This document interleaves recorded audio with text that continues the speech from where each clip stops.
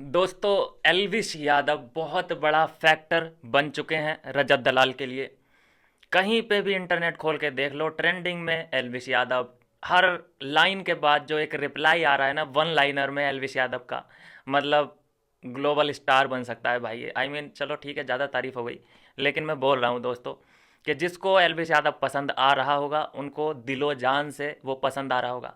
और जो उसके हेटर्स होंगे इस वक्त, वो कहीं ना कहीं से, हाँ तो ये बातें हैं जो सामने आ रही हैं कि एल्विश यादव ने एक एक जो भी आंसर था उसको ऐसे, मतलब जो भी क्वेश्चन था उसके आंसर का इतना आसानी से बिना चिल्लाए जवाब दिया है। यही यही बात है जो कि एल्विश यादव को और लोगों से बिल्कुल अलग बनाती है। उसे अपनी बात रखने के लिए चिल्लाने की ज़रूरत नहीं पड़ती। वो फैक्ट इतने क्लियर रखता है ना कि सामने वाला घायल हो जाता है। फिर उसे, वो तो उधर ही बैठा है आराम से, ऐसे चिल कर रहा है, ऐसे ऐसे कर रहा है चिल, और उसे वो उठ उठ, एक एक औरत उठी कि आई थिंक कि रजत को और इसको हमारे इसकी इसकी क्वेश्चन आंसरिंग की ज़रूरत नहीं है, तो इनको स्किप करते हैं। एक ये मोहतरमा उठी थी, एक वो लड़का उठा था, वो बोल रहा है कि ये वो, तो दो तीन लोगों को उठना पड़ा अपनी बात रखने के लिए। तो ये है दोस्तों एल्विश का पावर। तो चलिए खैर आगे की बात करते हैं।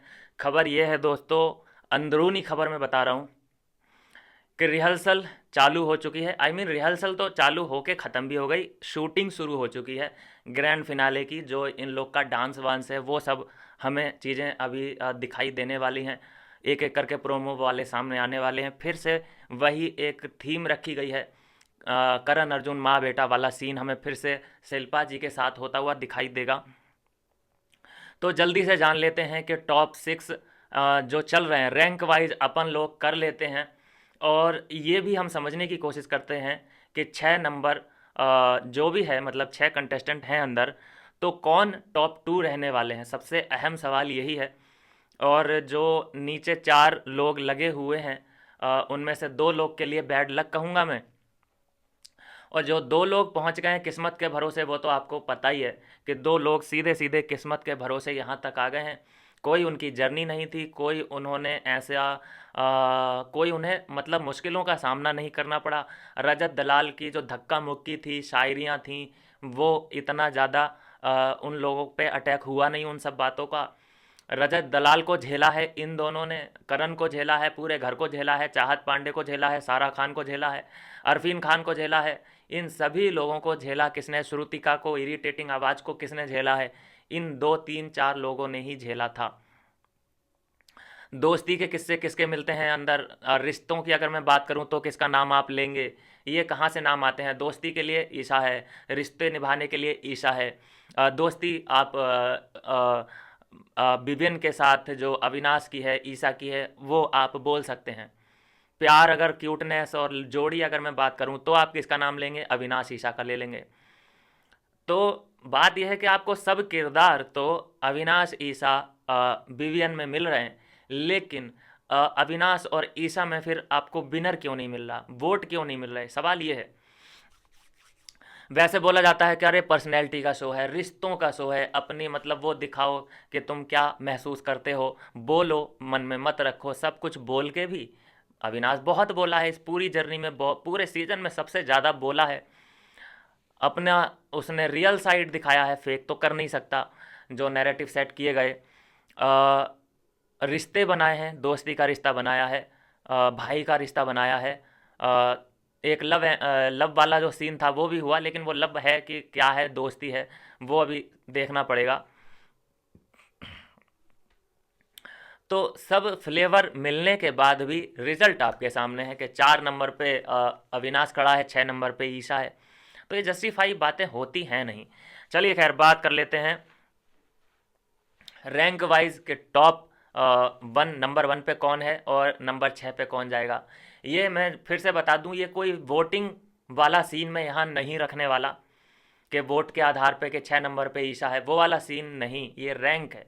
रैंक कौन होता है? फेवरेट, फेवरेट जो होते हैं। अ, ये बाकी जो ये वोटिंग का सिस्टम चल रहा है, ये तो आपको पता ही है कि उसने ट्वीट कर दिया, उसके 10 मिलियन फॉलोअर हैं, वो लग गए।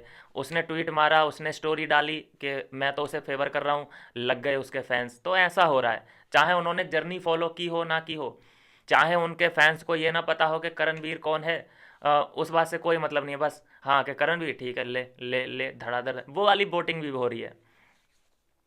तो खैर चलिए शुरू करते हैं। देखिए नंबर 6 पे जो है ये मेरे लिए है, मैं अपनी बात, ये जनता का मुझे नहीं पता भाई, जनता अगर इतनी सेंसिबल होती तो इस ठिरकुल्ले को मैं बोलता हूँ कि टॉप 8 में नहीं आना चाहिए था। जो ये पर्सनल अटैक कर करके यहाँ तक पहुँचा है, हाईलाइटेड है इसका कि पर्सनल अटैक कर करके गिल्ट में लोगों को पहुँचा पहुँचा के इसने टास्क जीते हैं और ये यहाँ तक आ गया है।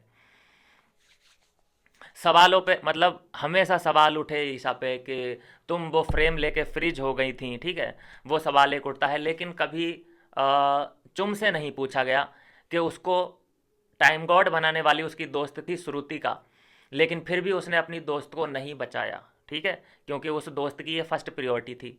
वो सवाल इससे पूछा गया कभी? बिल्कुल नहीं पूछा गया। सवाल उठा अविनाश पे कि तूने अपने दोस्त को नॉमिनेट किया, हालांकि मुझे भी बुरा लगा था। सवाल वो आज तक उठता चला आ रहा है, ठीक है, वो जस्टिफाई नहीं कर पा रहा अभी तक। लेकिन शिल्पा पे भी वो सवाल, वही कांड शिल्पा ने भी किया था। कोई सवाल उठे, किसी ने बाहरी आदमी ने पूछा शिल्पा से, उस मीडिया ब्रीफिंग में भी मुश्किल से एक बार हल्की दबी जबान में पूछा था, उसके बाद कहानी ख़त्म। तो जो ये कांड कर दिए हैं इन्होंने, जो किए हैं, उससे पहले ही वो लोग कर चुके हैं, लेकिन उनके कांड कांड नहीं लगते इन लोगों को।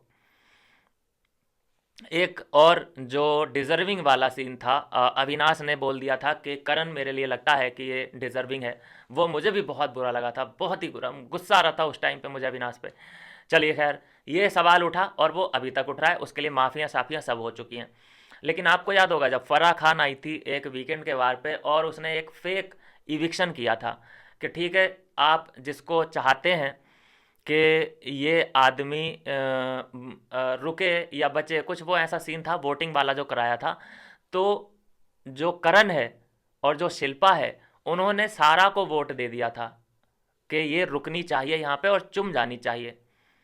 मतलब कुछ ऐसा एक 19-20 का ही फर्क रह गया था, बच गई थी वहाँ पे चुम। मतलब था तो वो फेक इविक्शन, लेकिन एक टेस्ट करके लिया था। तो उस वक्त चुम हल्की सी नाराज भी हुई थी, शिल्पा से भी, करण से भी। दिग्विजय ने, चाहत ने सवाल भी उठाए थे कि भाई तुम्हें मतलब तुमने दोस्ती को नीचे रख दिया और दुश्मनी को ऊपर रखा। अभी हो सकता था कि चुम का इविक्शन हो जाता, ये तो अच्छा है कि वो फेक इविक्शन था। तो वो कोई मुद्दा बना? करण से किसी ने सवाल पूछे कि तू दोस्त के लिए क्या कर रहा है, मतलब चुम तुझे सब कुछ दान कर चुकी है, सब अपना निछावर कर चुकी है, तो ये क्या किया तूने? शिल्पा पे सवाल उठे? नहीं उठे। ऐसा अगर ये लोग करते हैं तभी सवाल उठते हैं, और जब ये लोग करते हैं तो वाकई मुझे भी बहुत बुरा लगता है। लेकिन मैं एक कंपैरिजन कर रहा हूँ कि वो जब कोई इंसिडेंट करते हैं तो वो कहाँ पे चला जाता है, उनके मुद्दे वो कहाँ चले जाते हैं पता नहीं चलता, लेकिन जब ये कोई गड़बड़ कर देते हैं तो वो बूम, बहुत तगड़ा ब्लास्ट होता है। तो अब बात कर लेते हैं रैंक की कि कौन कितने नंबर पे होना चाहिए। नंबर 6 पे होनी चाहिए चोमदरांग। जी हाँ दोस्तों, नंबर 6 पे चोमदरांग। उसका गेम कुछ भी नहीं है। खाना बनाते बनाते, खाना इक्वली सब में बांटते बांटते आप टॉप मतलब फिनाले वीक तक नहीं आ सकते। कितने ही लोग हैं थे घर के अंदर जो बहुत अच्छा खाना बनाते थे, अच्छा वो बांट भी सकते थे, लेकिन उसके बेसिस पे अगर ऐसा होने लग जाए कि लोग फिनाले वीक तक आने लग जाएं तो भैया 18 के 18 आ जाएं फिनाले में। तो इसलिए मेरे लिए बिल्कुल भी ये डिज़र्विंग है ही नहीं, ये तो टॉप 12 में नहीं होनी चाहिए थी चुमदरांग। गिने चुने इसके जानबूझ के निकाले गए हैं जो डायलॉग थे इसके जर्नी वीडियो में भी। चार चवन्नी वाला डायलॉग था, एक वो था जो कि आज से मैं बहुत बोलेगा, मैं चुपेगा नहीं, जानबूझ के वो एक्टिंग करी गई थी, टपोरी वाली लैंग्वेज। तो खैर इसके बारे में बात करना भी मैं ज़रूरी नहीं समझता, टाइम वेस्ट लगता है मुझे इसके ऊपर बात करना, लेकिन ठीक है, आज आज और कर लेते हैं। कल को तो अंतिम दिन है ही, कल हमें कोई ना कोई विनर मिल जाएगा। हाँ, तो हम कहाँ थे? नंबर 6 पे है चुमदरांग, नंबर 5 पे है ठिरकुल्ला। ठिरकुल्ला इसलिए है दोस्तों कि इसने बहुत ही गंदा और डर्टी गेम प्ले किया है। इसकी कोई मसाल नहीं दे सकता कि साला एक ऐसा आदमी था जो दूसरों को कमज़ोर करने के लिए हमेशा फैमिली पे जाने के लिए तैयार रहता था। उसकी सोच ये देखिए कि उसकी फैमिली पे आज तक कोई नहीं गया है। उसकी 2-3 शादियाँ, तीसरी का प्लान है, ये किसी ने उसको जोक एज ए जोक मारा नहीं है, उसे टोंट नहीं मारा है। मारा है तो उसका मुद्दा देखिए कि क्या बना, बाहर आके उसको डिफेंड कर लिया गया। उसकी पीआर टीम, उसके जो मीडिया है, बायस मीडिया, इन्होंने सब कवर अप कर डाला। एक जो उसने बोला था कि चीप हो जाएगा, कुछ ऐसा बोला था, वो एक वर्ड को लेके देखो पूरा इन्होंने किताब लिख डाली है कि ये बोला क्यों, बोला क्यों। एक एक वर्ड, मतलब अगर उसका मैं पकड़ूं उसका एक एक वर्ड, तो उसने गालियां दे रखी हैं गंदी गंदी भाई। बहन पे जा रखा है वो गालियां नहीं दिखी इन लोगों को, तो इसलिए चलिए खैर कोई बात नहीं, मजबूरी का नाम जो भी है। ये नंबर 5 पे है, होना तो ये नंबर 20 पे भी नहीं होना चाहिए मेरे हिसाब से तो, लेकिन चलिए कोई बात नहीं, नंबर 5 पे रहेगा ये। नंबर 4, गुंडागर्दी इसने की है। गुंडे हो तुम, ठीक है, हैं तुम्हारी, मतलब तुम्हें गुस्सा आता है, तो मुझे नहीं लगता कि जितनी भी दुनिया है उसमें 80% लोगों को गुस्सा आता ही होगा। सबसे कूल जो अंदर है आदमी वो विभिन्न है, तो विभिन्न भी देखो गुस्से में आज, मतलब ये इस जगह पे अगर बुरा लगता रजत दलाल को, तो वो टेक देता कहीं ना कहीं, लेकिन वो सबसे कूल आदमी, उसको भी गुस्सा आ गया। लेकिन गुस्से में दो तरीके के गुस्से होते हैं। गुस्सा में आदमी दो ही चीज़ें करता है कि या तो गुस्से में खुद को, खुद को वो हानि पहुंचाएगा, या वो सामने वाले को धरेगा। तो बिविंडीज है ना, दूसरे वाला कैटेगरी का है कि वो गुस्सा जब उसे किसी और पे आ रहा होता है तो वो अपने आप को हार्म पहुंचा रहा होता है, क्योंकि करण ठिरकुल्ले का तो वो कुछ कर नहीं सकता, क्या किया जाए, वो यहाँ की हड्डी बना हुआ है, ना नीचे आ रहा है ना ऊपर जा रहा है साला। चलिए खैर कोई बात नहीं। तो इसीलिए जो गुंडागर्दी करी शुरू में ना, गेम खेलता, गेम के साथ चालाकियाँ करता, धोखेबाजी करता, ये सब अलाउ है भाई। वहाँ पे तुम अपने समीकरण चेंज कर सकते हो, तुम किसी भी बात पे पलट सकते हो, गेम है। वहाँ पे तुम्हें ये नहीं है कि तुम सत्यवादी हैं वो बन के जाओ, कोई नहीं कह रहा तुमसे, तुम्हें जैसा लगता है वैसा करो। लेकिन गुंडागर्दी करना ठीक है, गालियाँ भी दी हैं बहुत बुरी बुरी गालियाँ विभिन्न को दी हैं। डोलू, ये एक वर्ड बोला था उसने कि मैं तुम्हें बोलूँगा डोलू, इसके अल्फ़ाबेट ऊपर नीचे हैं, समझ रहे हो, तो क्या कहना क्या चाहता था यहाँ पे, तो क्या हमें समझ नहीं आता है। तो इसीलिए ये है नंबर 4 पे। नंबर 3 पे है ईशा। ईशा नंबर 3 पे होनी चाहिए, डिज़र्व करती है नंबर 3 को, क्योंकि जो उसने रिश्ते संभाले हैं, मैंने पहले ही बोल दिया है कि उससे अच्छे रिश्ते किसी ने नहीं संभाले। छोटी छोटी बातों को पकड़ के लोगों ने मुद्दे बनाए हैं, मुद्दे सबके थे, लेकिन जितना फ़ायदा मैं कहूँगा कि इसकी बातों का उठाया गया है, एक वर्ड भी अगर ये कुछ बोल देती है तो जो उछाली गई हैं मीडिया में चीज़ें, वो बिल्कुल भी अनिवार्य नहीं थी, ऐसी चीज़ें अवॉइड भी करी जा सकती थी।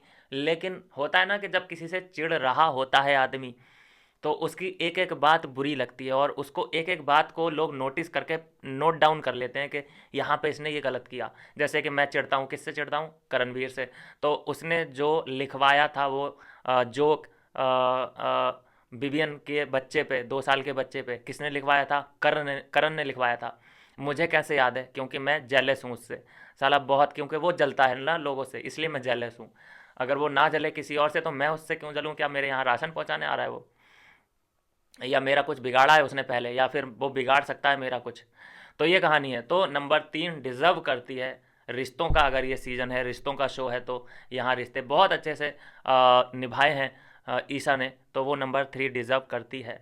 नंबर 2 या नंबर 1, दोनों पे कोई भी किसी को भी रख सकते हो, विवियन एंड अविनाश, ये दोनों नंबर 2 और 1 पे हैं, कर लो जो करना है अपने हिसाब से, किसी को भी नंबर 1 रख लो, किसी को भी नंबर 2 रख लो, मेरे लिए सेम है दोनों लोग। बहुत अच्छा कंटेंट दिया है, बहुत अच्छे फ्लेवर दिए हैं, ऐसा लगता है इन्हें देख के जब ये स्क्रीन पे आते हैं जैसे कि अपना ही आदमी हो, मतलब अपनापन सा महसूस होता है, और ये बिल्कुल कॉन्फिडेंट के साथ आप इन लोगों को देख सकते हैं कि इनके मुंह से कुछ कुछ भी गंद नहीं निकलेगा। प्रोफेशनल आदमी है, सेंसिबल आदमी है, पता है कि कहाँ पे क्या बात करनी है।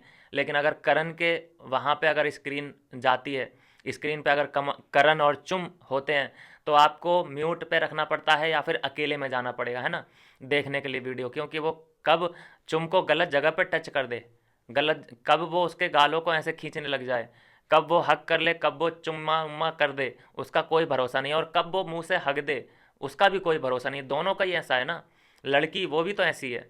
तो इसीलिए मैं बोल रहा हूँ कि प्योर कंटेंट जो दिया है, बिना प्रोफेशनल किसी की लाइफ पे, पर्सनल लाइफ पे कोई कमेंट नहीं, गाली गलौज किसी के साथ नहीं। हाँ, जब कोई दे रहा है गाली तो ये भी कोई वो नहीं है, ये भी दे सकते हैं, कोई बंदिश नहीं है इनको भी।